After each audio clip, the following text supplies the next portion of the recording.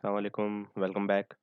तो ये है part 2 in functions in C language series. पिछली दफ़ा मैंने फंक्शंस का ज़िक्र किया था, डिस्कशन की थी फंक्शंस पे और थोड़ी डिविजन्स की थी फंक्शन की और समझाया था पिछली बार कस्टम फंक्शंस क्या होते हैं। तो अब मैं आगे चलता हूँ और सिखाता हूँ predefined functions. Okay, so let's start.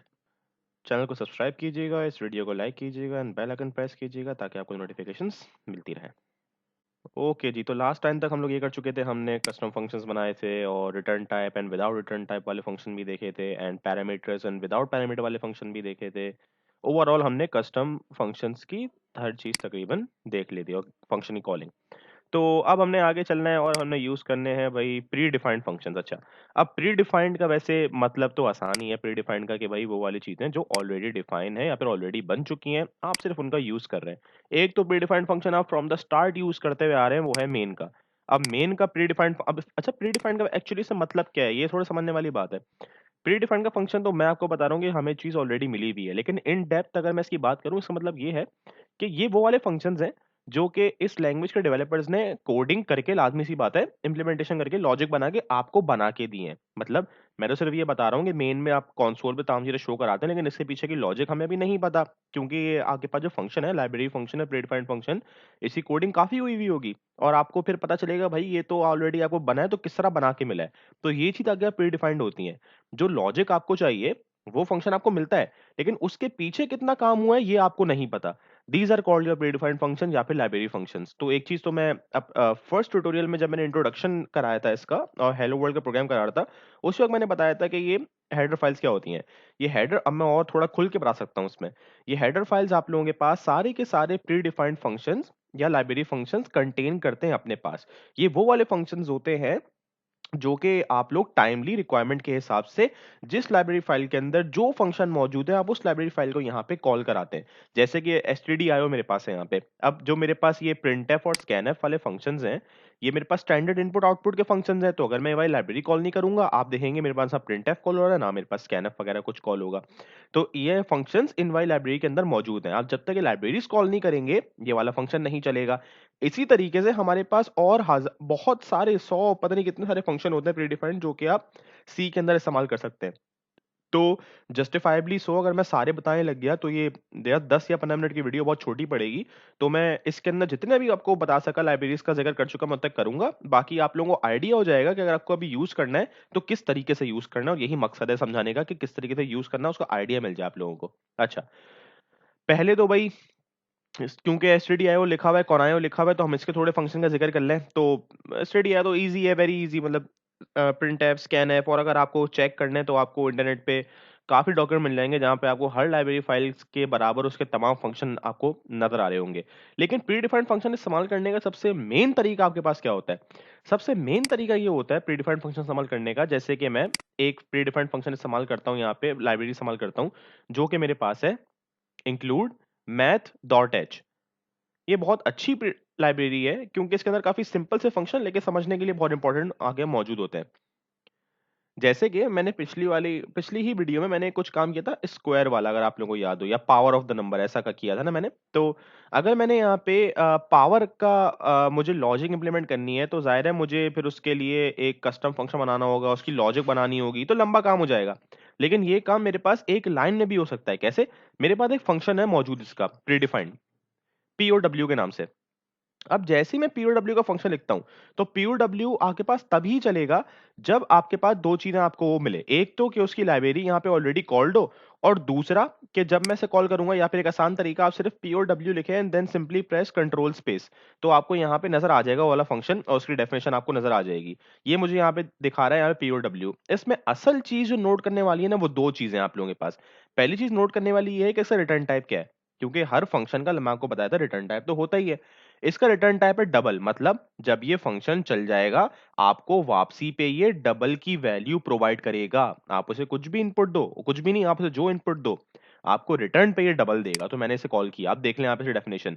मुझे बोल रहा है ये वाला फंक्शन, मुझे बता क्या रहा है, मुझे आसान जबान में ये बता रहा है, भाई आप मुझे एक डबल की वैल्यू दो, मुझे आप दो डबल की वैल्यू दो, फिर मैं आपको एक डबल की ही वैल्यू रिटर्न करूंगा, और आप डबल से जानते हैं मेरा डेसिमल नंबर। तो मैंने बोला अच्छा आपकी बात ना मानता हूँ, मुझसे पहला आर्ग्यूमेंट मांग रहा है, डबल का मांग रहा है मुझसे आर्ग्यूमेंट। तो मैंने बोला, मैंने पहला आर्ग्यूमेंट दिया इसको लेट से 2.0, मेरा पहला आर्ग्यूमेंट दे दिया मैंने से।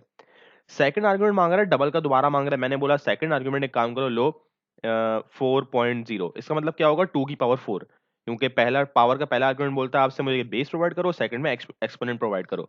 तो मैंने बोला 2 की पावर 4 मुझे निकाल के दिखाओ आप। उसने बोला ओके मैं एक काम करके देता हूँ आपको। अब होगा क्या, अगर मैं इसको ऐसे ही चला दूंगा, there will be no output. क्यों आउटपुट नहीं आएगा, क्योंकि मैंने प्रिंट एफ कुछ किया हुआ ही नहीं है यहाँ पे कि मैंने प्रिंट एफ क्या करना है। लेकिन पावर का काम कंप्लीट हो गया, आपने उसके आर्गुमेंट दे दी और आपने उसकी लाइब्रेरी लिख दी, तो ये बिल्कुल आपके पास चलेगा, ये चलने से इनकार नहीं करेगा आप लोगों के पास। जैसे कि ये देखें, मैं सिर्फ इसे चला के दिखाता हूँ, आउटपुट अभी कुछ भी नहीं आएगा, लेकिन चलने से इनकार नहीं करेगा। ये बोलेगा हाँ मैं इस फंक्शन को पहचानता हूँ, ठीक है, नो आउटपुट, लेकिन कोई एरर नहीं आया कि फंक्शन क्या चीज है, ये क्या चीज है, वो क्या चीज है। अब एक और चीज देखें, ये लाइब्रेरी है मैथ डॉट एच की, मैंने इसे हटा दी, ये लाइब्रेरी में हटा रहा हूँ। अब चेक करें, मैं इस फंक्शन को रन करना चाह रहा हूँ, सिर्फ ऐसे ही, देयर इज एन एरर। और क्या बोल रहा है, POW was not declared in this scope. इसका आसान सा मतलब ये है कि भाई ये POW की लाइब्रेरी का है, जब तक आप इसकी लाइब्रेरी कॉल नहीं करोगे मैं चलाऊं कैसे इसे। क्यों क्यों लाइब्रेरी कॉल करें, क्योंकि उसी लाइब्रेरी के अंदर तो इसकी डेफिनेशन मौजूद है, इस पूरे POW की लॉजिक मौजूद है। लाइब्रेरी तो लाओ, मैं बोला ओके लाइब्रेरी ले आते हैं, ले आया लाइब्रेरी। अब ये चलेगा बिल्कुल सुकून से।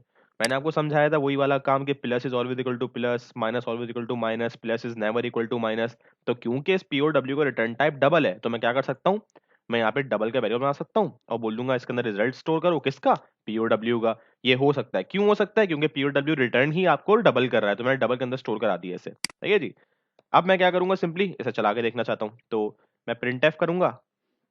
आई थिंक %LD है, आई एम नॉट श्योर, मैं चेक कर लेता हूँ अभी अगर नहीं चला तो। और रिजल्ट %LD किसका, डबल का। तो लेट्स जस्ट चेक कि मेरे पास अभी आंसर आ रहा है, नहीं आ रहा तो देख लेते हैं। 2 की पावर 4, नहीं ये वाला रिटर्न टाइप नहीं है।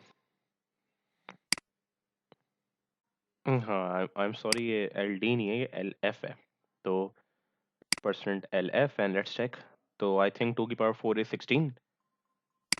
What is the answer, it is 16, बिल्कुल सही। 2 2 4, 4 2 8, 8 2 16। तो बिल्कुल सही है मेरे पास। तो ये मेरे पास ही मेरा पहला वो हो गया। अब आपको लेकिन समझ में आ गया होगा कि अगर मुझे वो चलाने हैं अपने ये प्री डिफाइंड किस तरह चलते हैं। तो मैथ का एक और इस्तेमाल कर लेते हैं, वो है स्क्वायर रूट का। SQR, अब कंट्रोल स्पेस दबाएं, ये आपके इसकी डेफिनेशन आ गई। ये दे रहा है स्क्वायर रूट। अब इसका भी रिटर्न टाइप क्या है, डबल है। तो आपसे क्या मांग रहा है कि नंबर दो, मैं उसका स्क्वायर रूट देता हूँ। मैंने बोला एक काम करो, 5.34 का स्क्वायर रूट दिखा दो क्या है। उसने बोला ओके। मैंने बोला एक काम करो, अब इसको आप डबल में स्टोर कर दो, डबल स्क्वायर, स्क्वायर रिजल्ट कर देना इसका नाम, सही है जी, ये हो गया। And let's just print this out कि मेरे पास रिजल्ट क्या आ रहा है। अगेन %LF एंड मेरे पास स्क्वायर रिजल्ट आप प्रिंट कर दो, ये आ रहा है स्क्वायर रिजल्ट, इसे आप प्रिंट कर दो। लेट्स चेक मेरे पास आंसर क्या आ रहा है। तो मैं इसे रन करता हूँ यहाँ पे। Again what is return type, बताएं मुझे भाई। 2.31 जो भी आ रहा है मेरे पास आंसर, वो मेरे पास स्क्वायर रूट आ रहा है इसका।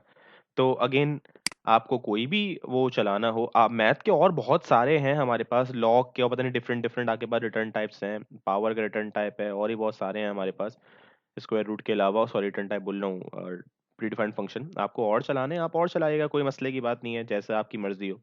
लेकिन आपको समझ में आ गया हो किस तरीके से हम लोग यहाँ पे इस्तेमाल कर रहे हैं इसके प्रीडिफाइंड फंक्शन। थोड़े और लाइब्रेरी से कर लेते हैं, कोनायो ही कर लेना, चले कोनायो को एक आध कर लेते हैं। अब कोनायो अगर लिखा हुआ है तो इस्तेमाल भी तो करना है ना। चलो उसका एक मैं बता देता हूँ, वैसे तो उसके काफ़ी प्रीडिफाइंड फंक्शन है, टेक्स्ट कलर है, टेक्स्ट बैकग्राउंड है। लेकिन एक जो थोड़ा अच्छा फंक्शन है जो कि कंसोल आपका रोक के रखता है, वो है आप लोगों के पास गेट सी एच। अब गेट सी एच आप लोगों से कोई आर्गुमेंट नहीं मांगता, get C H requires no argument. ये वाला फंक्शन है जो कि आप लोगों को सिंपल सा एक काम बोलता है, कोनायो का फंक्शन है जो आपको बोलता है कि जब तक आप इस लाइन पे या आगे पास चलेगा कंसोल में, जब तक आप कोई की प्रेस नहीं करते गेट कैरेक्टर, तब तक वो आगे बढ़ेगा ही नहीं। तो क्या होगा आप लोगों के पास, ये देखें, मैं तो चलाऊंगा, मैंने कोड को चलाया। वैसे नॉर्मली आप लोगों के पास क्या, जब आंसर प्रिंट आउट होता है वो लिखा हुआ नीचे आता है return with this this value. लेकिन अब देखिएगा जब ये फंक्शन चलेगा, इट स्टॉप्स, यहाँ पे ये स्टॉप हुआ हुआ है। जब तक कि मैं की प्रेस नहीं करूंगा कंसोल आगे नहीं बढ़ा, कर्सर ब्लिंक हो रहा है, मैं की प्रेस किया, काम खत्म हो गया। तो ये आप लोगों के पास है द गेट सी एच आपके पास फंक्शन। इस तरीके से आपको और बहुत सारे प्री डिफाइंड फंक्शन मिल जाएंगे जो कि आप इस्तेमाल कर सकते हैं, जैसा भी आप चाहें उनको इस्तेमाल कर सकते हैं। मैं आपको रेकमेंड करूंगा कि कहीं भी आपके पास किसी अच्छी वेबसाइट पे आके मौजूद होंगे सारी की सारी लिस्ट, हर हर एक लाइब्रेरी की अलग अलग फंक्शन की लिस्ट मौजूद होगी। वहां पे जाएं, इम्प्लीमेंट करें उसे, देखें आंसर क्या आ रहा है। एक और फंक्शन मैं लास्ट दिखा देता हूँ, वही मैथ का ही है, एक अच्छा फंक्शन है। RAND, रैंडम फंक्शन होता है। तो ये रैंडम फंक्शन क्या करता है, आप लोगों के पास कोई ना कोई रैंडम वैल्यू जनरेट करता है। आप लोगों के पास कोई भी रैंडम वैल्यू जनरेट कर देगा ये। जैसे जो भी आप कोई भी ये फंक्शन होगा एक रैंडम वैल्यू जनरेट कर देगा। तो मैं करके दिखा देता हूँ, ये रैंडम वैल्यू जनरेट। अब ज़ाहिर है रैंडम वैल्यू जनरेट करेगा तो मैं इसे %d में ही करवाना चाहूँगा, और वो करेगा भी इंटीजर में ही। तो let's just check this out कि मेरे पास क्या आंसर वो प्रिंट कर रहा है। एनी रैंडम वैल्यू मेरे पास यहाँ पे आ जाएगी। Let's check this. अच्छा हाँ, ये सॉरी, ये कौन ना, ये मैथ मैथ डॉट एच का नहीं है, ये इसकी लाइब्रेरी डिफरेंट है। हाँ, इसकी लाइब्रेरी है इंक्लूड stdlib, स्टैंडर्ड लाइब्रेरी। ये स्टैंडर्ड लाइब्रेरी का फंक्शन है। अब ये चलेगा। यस, अब ये चल रहा है। तो रैंडम का फंक्शन क्या है, 41 दे रहा है मुझे। तो जैसे इसका नाम बता रहा है रैंडम, तो कोई भी रैंडम वैल्यू जनरेट कर देगा ये आप लोगों के पास। और गेट सी एच भी साथ साथ चल रहा है। तो मैंने 3-4 फंक्शंस यहाँ पे कर लिए प्री डिफाइंड, और अलग अलग लाइब्रेरीज के मैंने फंक्शंस कर लिए यहाँ पे। और ही बहुत सारे यहाँ के पास ग्राफिक्स डॉट एच की लाइब्रेरी है आपके पास। अगर मैं बताऊँ आपको, आप स्ट्रिंग का तो अलग ही टॉपिक मैं इंशाल्लाह कवर करूंगा, उसके अंदर स्ट्रिंग की सारी लाइब्रेरीज बताऊंगा, फंक्शन बताऊंगा मैं आपके पास।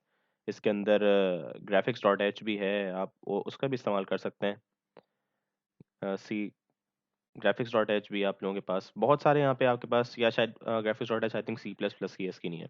तो और बहुत सारे आप लोगों के पास फंक्शन है डिफरेंट लाइब्रेरीज में जो कि इस्तेमाल कर सकते हैं। अगेन बस आपको जरा सा एक्सप्लोर करना होगा। वेबसाइट पे आपको अवेलेबल मिल जाएंगी काफ़ी बहुत सारी वेबसाइट्स पे आप लोगों को लिस्ट और साथ उसके फंक्शन। तो जो भी चाहें अपने हिसाब से अपनी प्रैक्टिस के लिए, अपनी रिक्वायरमेंट के लिए आप उन्हें इस्तेमाल कर सकते हैं। बस तरीका याद रखिएगा, तरीका आप बस आपने याद रखना होता है कि प्री डिफाइंड फंक्शन का रिटर्न टाइप क्या है, और दूसरा वो आर्ग्यूमेंट्स क्या मांग रहा है, बाकी सब आसान है। तो इस तरीके से आप लोग इंप्लीमेंट करते हैं प्रीडिफाइंड फंक्शंस। होपफुली आप लोगों को अब फंक्शन का तमाम टॉपिक क्लियर हो चुका होगा and there are no confusions. तो एक थोड़ी बहुत चीजें और रह गई हैं फंक्शंस के हवाले से, जो कि मैं पास बाय रेफरेंस एक हमारे पास टर्म होती है हमारे पास, और पास बाय रेफरेंस। वैसे एक्चुअली मैं डिफॉल्ट पे पास बाय वैल्यू करा चुका था, लेकिन मैं मजीद डिटेल में जाऊंगा जब मैं पॉइंटर्स कराऊंगा।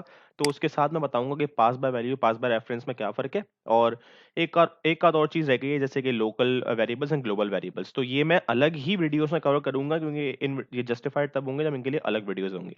सही है जी। तो ये सब समझा दिया फंक्शंस के हवाले से। होपफुली आपको कोई मसला नहीं होगा। मिलते हैं इंशाल्लाह ताला नेक्स्ट टॉपिक में। तब तक के थैंक यू सो मच।